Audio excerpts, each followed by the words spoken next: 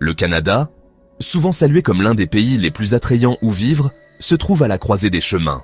Alors que les demandes d'immigration affluent, des milliers de Canadiens font leurs valises et partent. Pourquoi des Canadiens établis cherchent-ils des opportunités à l'étranger? Et qu'est-ce qui attire les immigrants ici, malgré les défis? Aujourd'hui, nous plongeons au cœur du dilemme de l'immigration canadienne. Une histoire de contraste, de rêve et de réalité. De la crise du logement abordable et du coût de la vie aux préférences de style de vie et aux opportunités économiques, nous explorerons les motivations derrière ces tendances migratoires contradictoires et leur impact potentiel à long terme sur l'identité et l'économie du Canada. Parlons du logement, ou plutôt du manque de logement. Le marché immobilier au Canada est devenu un champ de bataille, où le rêve de posséder une maison s'éloigne pour beaucoup. Vous vous souvenez du temps où posséder une maison était le rêve canadien? C'était un symbole de stabilité et de réussite, une pierre angulaire du mode de vie de la classe moyenne. Maintenant, c'est un cauchemar pour beaucoup. Les prix ont explosé, rendant l'accès au marché presque impossible pour les primo-accédants. Dans des villes comme Toronto et Vancouver, trouver un logement décent, c'est comme gagner à la loterie, sauf que le prix est une montagne de dettes. Le coût de la vie dans ces centres urbains a atteint des niveaux sans précédent, poussant les gens à leurs limites financières. Une famille canadienne vivant au Portugal a partagé son expérience. Nous étions coincés dans un petit appartement, dépensant une fortune en loyer. Cela drainait la majeure partie de nos revenus, ne laissant presque rien pour l'épargne ou d'autres dépenses. Puis nous avons réalisé que nous pouvions nous permettre une maison entière avec un jardin à Lisbonne pour le même prix. Déménager était un choix évident pour améliorer notre qualité de vie. Et ce ne sont pas seulement les grandes villes. L'effet domino du coût élevé du logement se propage aux petites villes et aux zones rurales. Les petites villes ressentent également la pression, car le travail à distance permet aux gens de fuir la ville, faisant grimper les prix partout.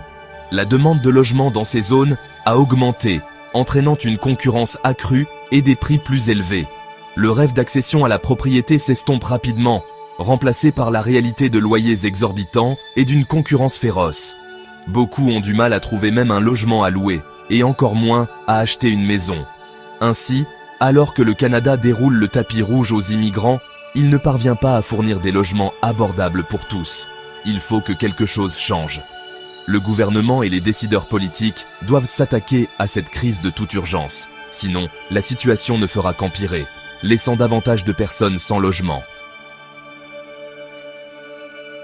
Bon, d'accord, le logement est peut-être fou, mais n'est-ce pas tout cher ces temps-ci? C'est vrai, mais le coût de la vie au Canada est d'un autre niveau. On parle de produits de première nécessité, pas d'avocats sur toast et de café latte sophistiqués. L'épicerie est un cauchemar. Le coût élevé de la vie et la hausse des prix des aliments au Canada exercent une pression importante sur les Canadiens, en particulier les ménages à faible et moyen revenus, en réduisant leur budget et en limitant l'accès à des repas nutritifs. De nombreuses familles sont contraintes de réduire leurs dépenses essentielles ou de se tourner vers les banques alimentaires pour joindre les deux bouts. Ces pressions entraînent souvent un stress accru et des risques pour la santé, car les gens optent pour des aliments moins chers et moins sains. La situation est encore plus grave dans les collectivités éloignées et du Nord, où les difficultés de transport font grimper les prix des aliments, aggravant l'insécurité alimentaire. Bien que les soins de santé soient théoriquement gratuits, l'accès aux spécialistes en temps opportun est presque impossible, ce qui ajoute aux frustrations. Malgré les impôts élevés au Canada, destinés à financer des services sociaux solides, le système semble s'être égaré. Les Canadiens se retrouvent à payer le prix fort pour les produits de première nécessité, ce qui leur laisse peu de revenus disponibles pour les plaisirs de la vie. Comme l'a observé un expatrié canadien vivant au Portugal.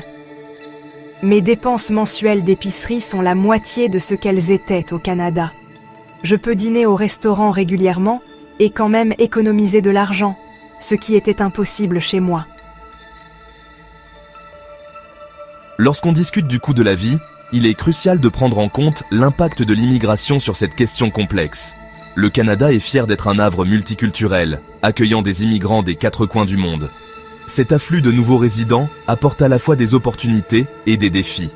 D'une part, les immigrants contribuent de manière significative à l'économie, occupant des rôles essentiels et enrichissant la culture canadienne. Cependant, la demande accrue de logements, de biens et de services peut faire grimper les prix, exacerbant le coût de la vie déjà élevé. Dans des villes comme Toronto et Vancouver, le marché immobilier a connu une croissance sans précédent, en partie alimentée par les acheteurs internationaux et les nouveaux résidents. Cette demande a dépassé l'offre, entraînant des guerres d'enchères et une flambée des prix. De plus, la pression sur les services publics tels que les soins de santé et l'éducation s'est intensifiée. À mesure que de plus en plus de personnes s'installent dans les centres urbains, ces systèmes ont du mal à suivre, ce qui entraîne souvent des temps d'attente plus longs et des ressources limitées. Pourtant, tout n'est pas sombre. De nombreux immigrants apportent avec eux un esprit d'entreprise et d'innovation, créant de nouvelles entreprises et des opportunités d'emploi. Leurs contributions aident à stimuler l'économie et peuvent mener à des communautés plus dynamiques et diversifiées.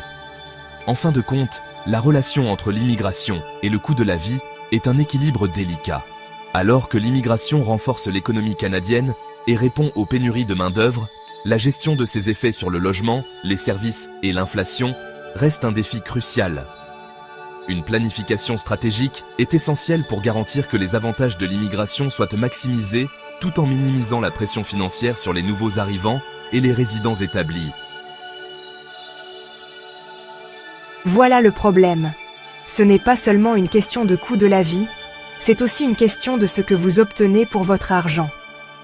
Bien que le Canada puisse se targuer d'une économie forte, les salaires n'ont pas suivi la hausse du coût de la vie, surtout pour certaines professions. Pendant ce temps, des pays comme les États-Unis offrent des salaires plus élevés et davantage de possibilités d'avancement professionnel, notamment dans des domaines comme les technologies et la finance. Il n'est pas étonnant que certains Canadiens soient tentés d'exporter leurs talents au sud de la frontière ou de l'autre côté de l'Atlantique. D'un autre côté, les immigrants arrivent souvent au Canada avec de grands espoirs, mais ils ont du mal à percer dans leur domaine. Les diplômes étrangers ne sont pas toujours reconnus, et naviguer sur le marché du travail canadien peut être une expérience frustrante. Mais bon, ce n'est peut-être pas qu'une question d'argent.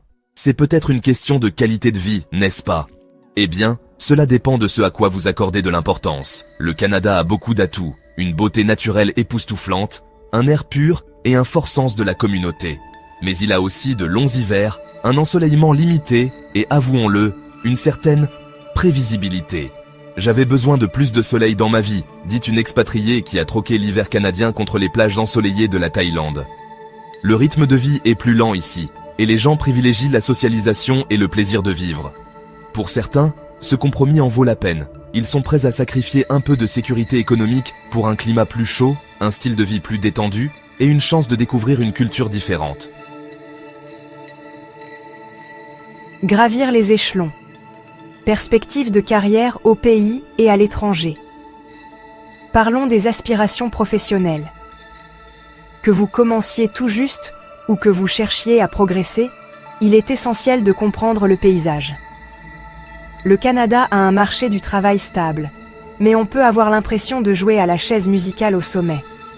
La concurrence pour les postes de direction est intense et les opportunités peuvent être limitées. La concurrence est féroce et gravir les échelons hiérarchiques peut être un processus lent et ardu. De nombreux professionnels attendent des années pour obtenir une promotion, se sentant souvent coincés dans leurs fonctions actuelles. Pour les professionnels ambitieux dans certains domaines, les opportunités à l'étranger peuvent sembler plus attrayantes. Le marché mondial offre une variété de postes qui pourraient ne pas être disponibles au pays. Et la possibilité d'acquérir une expérience internationale est inestimable. La Silicon Valley attire les as de la technologie, offrant non seulement des salaires élevés, mais aussi la possibilité de travailler sur des technologies de pointe et des projets innovants. Tandis que Wall Street attire les analystes financiers. La plaque tournante financière mondiale promet des carrières lucratives et l'excitation des transactions à enjeux élevés. L'attrait de l'expérience internationale et le potentiel de gains plus élevés peuvent être difficiles à résister. De nombreux professionnels sont attirés par l'idée de travailler dans un pays différent, de découvrir de nouvelles cultures et d'élargir leur réseau professionnel. Entre-temps, les immigrants arrivent souvent au Canada avec des CV impressionnants, mais ont du mal à trouver des emplois qui correspondent à leurs compétences et à leur expérience. Malgré leurs qualifications, ils se heurtent à des obstacles tels que le manque d'expérience locale et la reconnaissance des diplômes étrangers.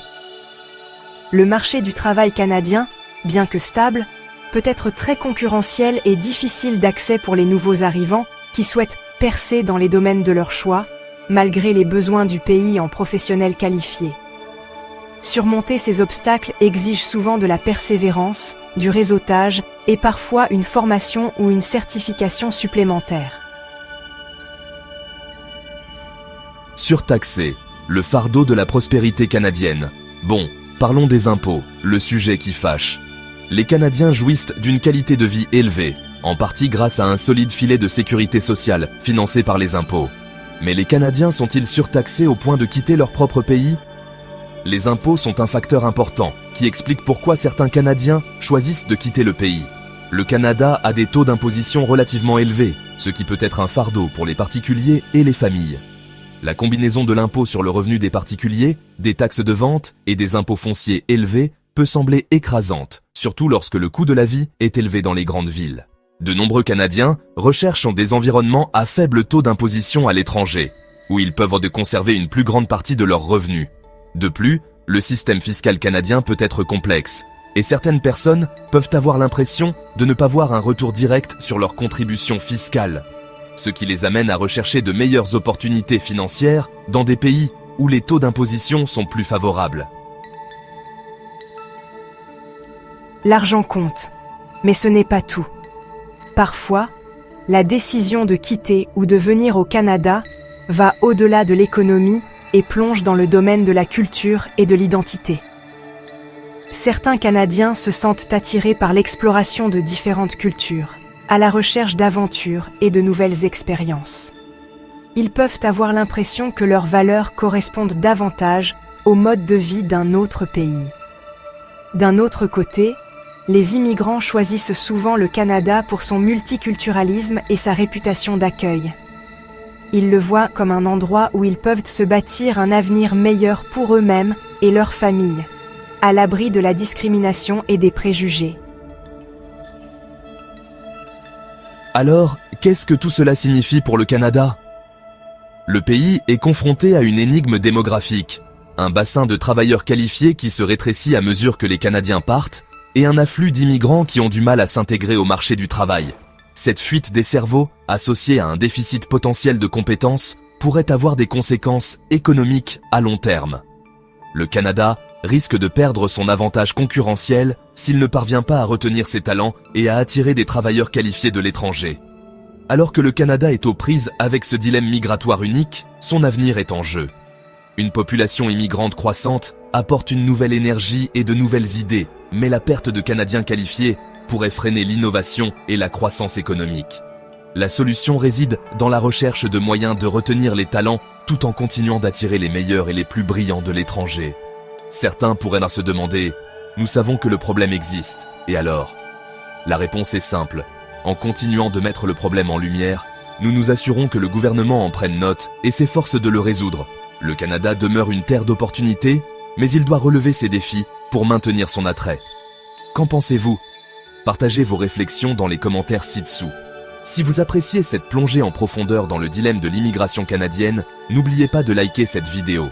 Cela nous aide vraiment à toucher un public plus large. Et si ce n'est pas déjà fait, assurez-vous de vous abonner. Votre soutien compte énormément pour nous et contribue à la prospérité de cette chaîne. Merci.